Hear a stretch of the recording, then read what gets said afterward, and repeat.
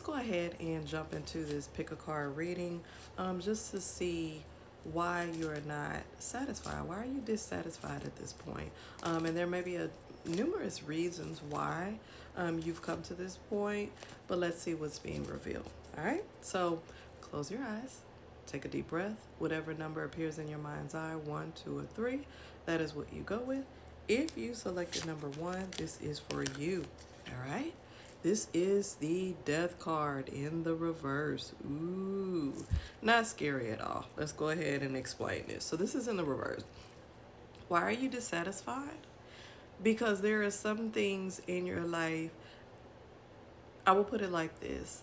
There are some things that need to be closed. There are some chapters in your book that need to be closed that are still open. Okay? So you can't fully move on unless you close that chapter in your life. Okay? You can look at it as unnecessary attachments. You can look at it as, you know, just having yourself open to something that you no longer need to be attached to. Okay, so the moral of the story is, why are you dissatisfied? You can't fully move on or enjoy the point where you are because you still have something or some things anchoring you back in periods of time, and you've moved past that point, but you just haven't properly severed those ties in order for you to completely move forward and enjoy the here and now. Okay, so what does this mean? That means you need to take a look, think about it, see what attachments that you still have. If certain things have not been resolved, or there's a point where you just want to go ahead, say your piece, close the door. If you need closure, if you don't need closure, if you can't get closure, because sometimes you can't get closure, regardless, you just need to move on. Figure out how to do that and move on. All right? Now, if you selected card 2, this is for you.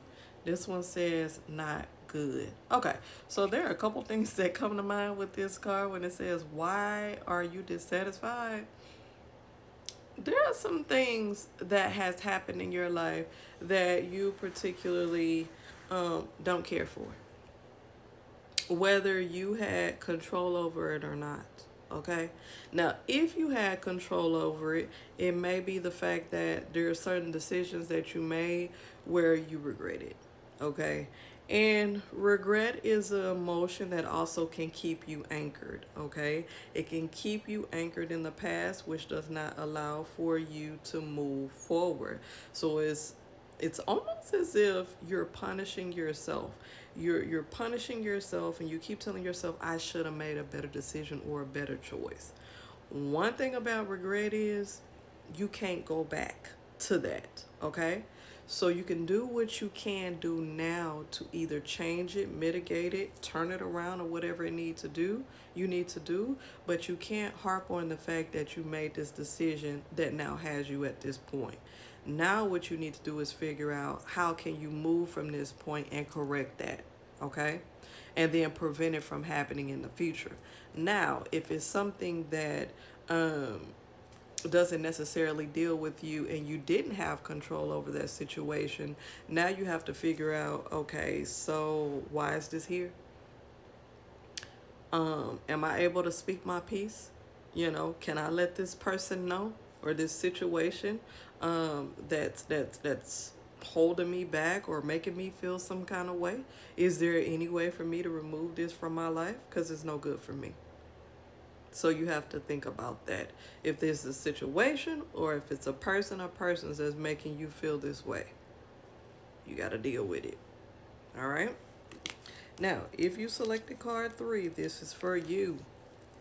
Not adding up in the reverse. And this is what it looks like right standing. Okay? Now, if this is in the reverse, this is letting me know right here. You see the writings on the wall. You've seen it. Matter of fact, your intuition, your gut, whatever you want to call it, your higher self, your spirit, the ancestors, whomever, have revealed this to you. And you're saying to yourself, I knew it. I was right. I knew it all along. Okay, the writings on the wall, you knew it all along. Now what? Are you going to do something about it? Are you going to speak your piece? Are you going to let them know that you know? Whatever it is, like, how does it help you at this point, right now? Like, your intuition has revealed certain things to you. Now what?